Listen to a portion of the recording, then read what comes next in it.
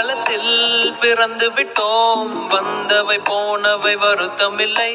காட்டினிலே வாழ்கின்றோம். முட்களின் வழி ஒன்றும் மரணமில்லை.